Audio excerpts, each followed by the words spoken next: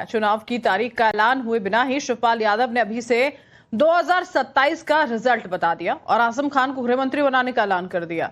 अब सवाल है कि क्या ये यूपी में ओवैसी की बढ़ती ताकत का डर है या फिर ओवर कॉन्फिडेंस। दूसरी तरफ योगी सरकार चुनाव से पहले बड़े मास्टर स्ट्रोक की तैयारी में है।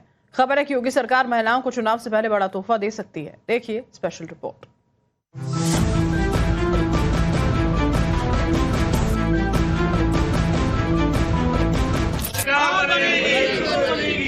बिल्कुल बनेगी। रक्षा मंत्री नहीं, पहले गृह मंत्री। घोषणा करिए कि चलिए उनको बनाएंगे आप। गृह मंत्री का है, मुख्यमंत्री का ऑफर मुसलमानों को दीजिए ना। गृह मंत्री का है, मुख्यमंत्री का ऑफर मुसलमानों को दीजिए ना। ये उनसे कहिए सपना ना देखें। यूपी में अभी चुनाव की तारीखों का ऐलान भी नहीं हुआ, लेकिन 27 के चुनावी मैदान की पिच अभी से ही तैयार की जाने लगी है। समाजवादी पार्टी मुस्लिम वोट बैंक पर नया दांव खेल रही है। बीजेपी महिला वोटरों पर दांव लगाती नजर आ रही है, तो दूसरे दल भी इस रसाकशी में पीछे नहीं। समाजवादी पार्टी के बड़े नेता चाचा शिवपाल यादव ने तो अभी से 2027 का पूरा रिजल्ट ही निकाल दिया। कौन मुख्यमंत्री बनेगा, कौन गृह मंत्री, ये तक बता दिया। अखिलेश यादव को मुख्यमंत्री बनाना है, तब इनको सबको आजम भाई को रक्षा मंत्री बनाना है। बनेगी भाई, बनेगी, बनेगी सरकार, बनेगी। बिल्कुल बनेगी। रक्षा मंत्री नहीं, पहले गृह मंत्री। दरअसल शिवपाल यादव बुधवार को रामपुर दौरे पर थे, जहां उन्होंने जेल पहुंचकर आजम खान और अब्दुल्ला आजम से मुलाकात की। फिर आजम खान के घर गए और उसके बाद समाजवादी पार्टी के कार्यालय में कार्यकर्ताओं को संबोधित करते हुए सियासी बम फोड़ दिया। शिवपाल यादव ने 2027 में समाजवादी पार्टी की सरकार बनने और अखिलेश यादव के सीएम बनने और आजम खान को गृह मंत्री जैसा बड़ा पद देने का ऐलान भी कर दिया। अखिलेश यादव को मुख्यमंत्री बनाना है, तब इनको सबको आजम भाई को रक्षा मंत्री बनाना है। बनेगी भाई, बनेगी, बनेगी सरकार, बनेगी। बिल्कुल बनेगी। रक्षा मंत्री नहीं, पहले गृह मंत्री। तो क्या चाचा शिवपाल को 2027 का रिजल्ट अभी से दिखाई देने लगा है? क्या यूपी में ओवैसी की बढ़ती ताकत से समाजवादी पार्टी घबराई हुई है? क्या मुस्लिम वोट बैंक को अपने पाले में लाने के लिए शिवपाल ने ये बयान दिया, या फिर कार्यकर्ताओं में जोश भरने के लिए ओवर कॉन्फिडेंस का दिखावा है? अरे बनाइए ना मुख्यमंत्री, उन्हें पता है कि सरकार तो आनी नहीं है, मुसलमानों को फिर गुमराह कर लीजिए। चुनाव के समय पर मुसलमान गाड़ी की अगली सीट में रहता है समाजवादी पार्टी की, और जैसे ही चुनाव चला जाएगा उसको डिग्गी में पीछे वाली सीट पर भी जगह नहीं मिलती है। ये काम इन लोगों ने किया है। सवाल ये भी उठ रहे हैं कि समाजवादी पार्टी को चुनाव नजदीक आते ही आजम खान की इतनी फिक्र क्यों होने लगी? क्या मुसलमान वोट को अपने पाले में लाने के लिए ऐसी बयानबाजी हो रही है? क्योंकि यूपी में मुस्लिम बहुल इलाकों में ओवैसी का क्रेज लगातार बढ़ रहा है। ओवैसी ने तो यूपी में जितनी भी रैलियां की उनमें जबरदस्त भीड़ उमड़ी है। ओवैसी मुसलमानों के बीच बराबरी और हिस्सेदारी की बात कर रहे हैं। भागीदारी की बात होगी।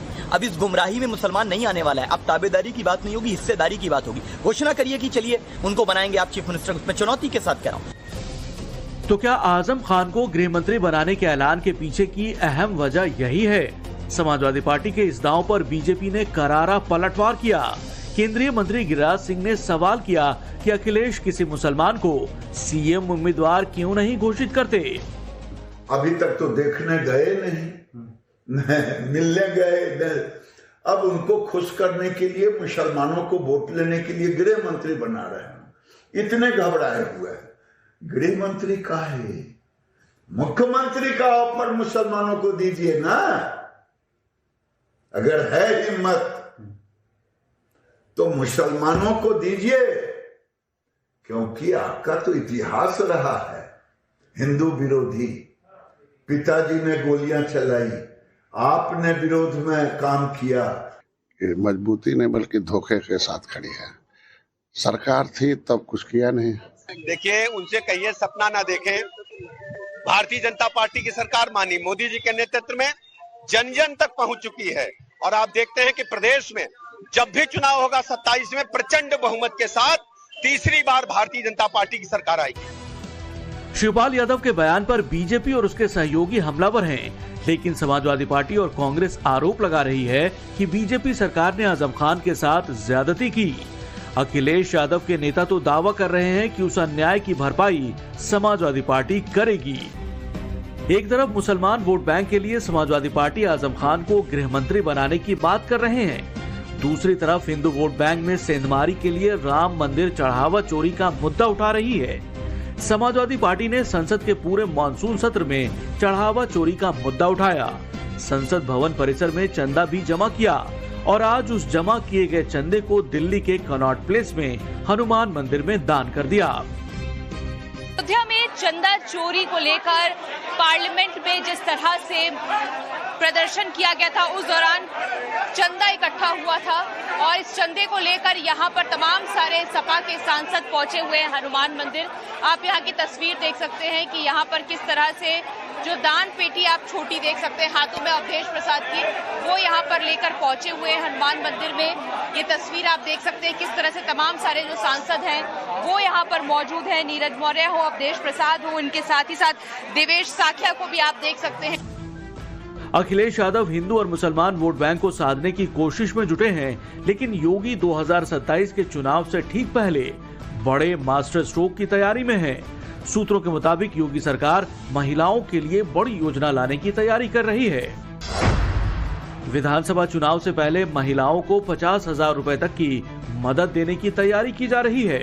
योजना के मुताबिक चुनाव से पहले 20,000 रुपए की पहली किस्त दिए जाने का प्रस्ताव है। चुनाव के बाद बीजेपी की सरकार बनने पर 10-10 हजार रुपए की 3 और किस्तें देने की योजना बनाई जा रही है।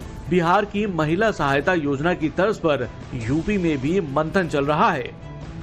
अगर बीजेपी सरकार की ये योजना लागू होती है तो इसका सीधा असर उत्तर प्रदेश की करोड़ों महिला वोटरों पर पड़ सकता है।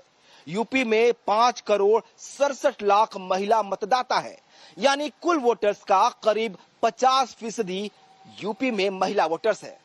बताया जा रहा है कि ये योजना आर्थिक रूप से कमजोर वर्ग की महिलाओं को प्राथमिकता देने की संभावना है।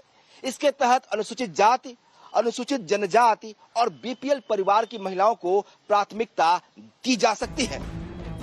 सरकार की इस योजना पर भी मंथन चल रहा है। कोई औपचारिक ऐलान नहीं हुआ, लेकिन मोदी योगी विरोधी पार्टियां हमलावर हैं। समाजवादी पार्टी के मुखिया अखिलेश यादव ने सोशल मीडिया पर लंबा पोस्ट कर बीजेपी पर हमला बोला। अखिलेश इसे जुमला बता रहे हैं, साथ ही अपनी सरकार बनने पर 40,000 रुपए देने का ऐलान भी कर रहे हैं। योगी सरकार की विदाई का समय है। 50 लाख नहीं, सब कुछ करने को छोड़ना जाना नहीं। मुझे ऐसा लगता है कि वोट खरीदने की व्यवस्था कर रही है सरकार। रेवड़ी कल्चर बंद होना चाहिए। ये प्रधानमंत्री जी का बयान था उत्तर प्रदेश के बुंदेलखंड में। अब आज जो उन्होंने कहा उसके उल्टा हो रहा है, तो मुझे लग रहा है कि जनता का सरकार से भरोसा उठ रहा है। में भी देखा गया जब जब चुनाव आता है तो सरकारी पैसे से ये लाभ पहुंचाने का काम करते हैं। उसका फायदा इन लोगों को कई जगह मिला भी है। कांग्रेस भी योगी सरकार पर हमलावर है। कांग्रेस का कहना है कि बीजेपी चुनावी झुंझुने से वोट खरीदना चाहती है और इन्हीं महिलाओं को आप सिर्फ चुनावी झुंझुना दे करके वोट खरीदना चाहते हैं। उत्तर प्रदेश की महिलाएं बिकाऊ नहीं है। बीजेपी विरोधी पार्टी योजनाओं के जमीन पर उतरने से पहले ही हमलावर हैं, लेकिन यूपी की महिलाओं का क्या कहना है वो भी सुनिए। योगी जी की तरफ से किया गया ये, अगर उन्होंने ये प्रस्ताव में रखा है तो बहुत ही सराहनीय है और महिलाओं की जो भूमिका है उसको वो भली भांति समझते हैं। योगी जी हर प्रकार से सक्षम है और वो हर कुछ कर सकते हैं, ठीक है। तो इसलिए योगी की तो जय है ही और हम लोग हमेशा से चाहते हैं कि योगी ही रहें, क्योंकि आज तक उन्होंने महिलाओं की सुरक्षा से लेकर जितना एक्टिव रहे हैं वही भी सरकार नहीं रही। साफ है यूपी की सियासत में 2027 का काउंटडाउन शुरू हो चुका है। एक तरफ हिंदू और मुसलमान वोट बैंक को अपने पाले में लाने की कोशिश है, तो दूसरी तरफ आधी आबादी का दिल जीतने की कोशिश है। लेकिन यूपी की जनता किस पर भरोसा करेगी, इसका फैसला जनता वोट के जरिए ही सुनाएगी। Bureau report, Times Now, Navbharat. 10 नवंबर 2025 की शाम दिल्ली के लाल किले के पास हुए जिस धमाके में 11 लोगों की मौत हुई थी और कई लोग घायल हुए थे, उसके पीछे पाकिस्तानी आतंकी संगठन अलकायदा का ही हाथ था। इस बार आतंकिस्तान की पोल यूएन ने खोली है। संयुक्त राष्ट्र सुरक्षा परिषद की 38वीं रिपोर्ट में दावा किया गया कि अलकायदा इंडियन सब कॉन्टिनेंट ने इस धमाके को अंजाम दिया। रिपोर्ट के मुताबिक AQIS अब छोटे छोटे सेल्स के जरिए काम कर रहा है। उसने अपना लॉजिस्टिक्स फाइनेंशियल नेटवर्क भी तैयार कर लिया है। दिखाते हैं आपको स्पेशल रिपोर्ट।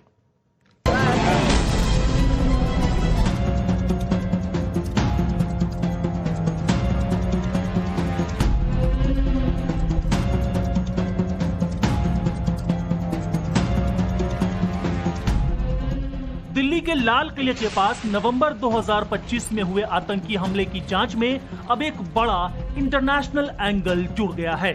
संयुक्त राष्ट्र सुरक्षा परिषद की मॉनिटरिंग टीम की ताजा रिपोर्ट में कहा गया है कि नवंबर 2025 में लाल किले के पास हुआ हमला AQIS यानी al Qaeda in the Indian subcontinent ने किया था।